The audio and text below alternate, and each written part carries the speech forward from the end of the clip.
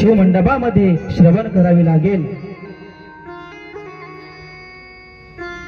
आणि जे पिकलेलं फळ आहे त्याचा आस्वाद रस काही वेगळाच असतो माय बापू हो।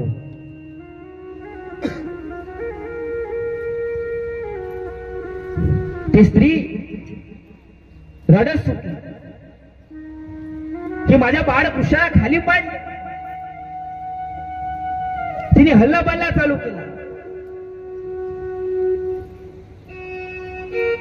आजूबाजूचे सर्व घरातले व्यक्ती त्या ठिकाणी गोळा झाली।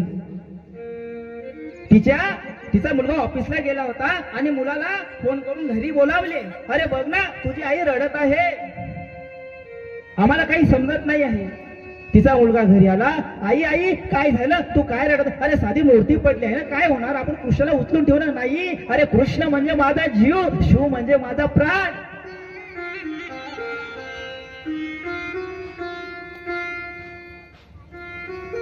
कृष्ण सहज मिळत नाही, लक्षात घ्या, शिव सहज मिळत नाही। कृष्णाची भक्ती अनुभूती घेण्यासाठी वृंदावनामध्ये जा। अनेक पदाधिकारी, PSI, IPS, प्रेमानंद नावाचे संत आहे, प्रेमानंद महाराज,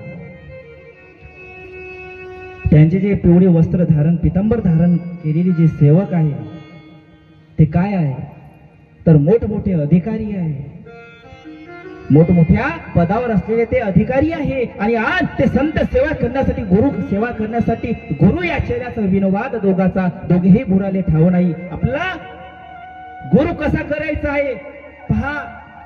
एखादी भगवे वस्त्र परिधान करून आहे म्हणजे तू गुरु आहे का? नाही। भगवे वस्त्र परिधान करणारा कोण होता? सीतेला सुद्धा हरण करणारा रावण कोण होता? भगवे वस्त्र परिधान करून सीतेकडे गेला होता ना। मग तो संत झाला का? नाही। एखाद्याने दाढी वाढवली, एखाद्याने जटा वाढवला म्हणजे तो संत झालाय का? नाही। अरे संताचे आचार विचार पहा, त्याचे वस्त्र पाहण्याआधी तो कसा आचरण करतो हे महत्वाचे, त्याला गुरु करा। अरे जर एखाद्या व्यक्तीला गुरु करायचं नसेल, एक तुळशीची माळ किंवा रुद्राक्ष घेऊन यायचा आणि भगवान शिवाच्या शिवलिंगावर ठेवून ते स्वतःच्या हाताने परिधान करायचा। आजपासून कृष्ण शिव तूच माझा गुरु, तूच माझा पिता, तुमेव माता पिता तुमेव, तूच माझा पिता, तूच माझा गुरु आणि तूच माझा बंधू। कृष्ण माझी माता, कृष्ण माझा पिता, कृष्ण माझी माता, कृष्ण माझा पिता, कृष्ण माझी माता, कृष्ण माझा पिता, कृष्ण माझी माता, कृष्ण माझा पिता।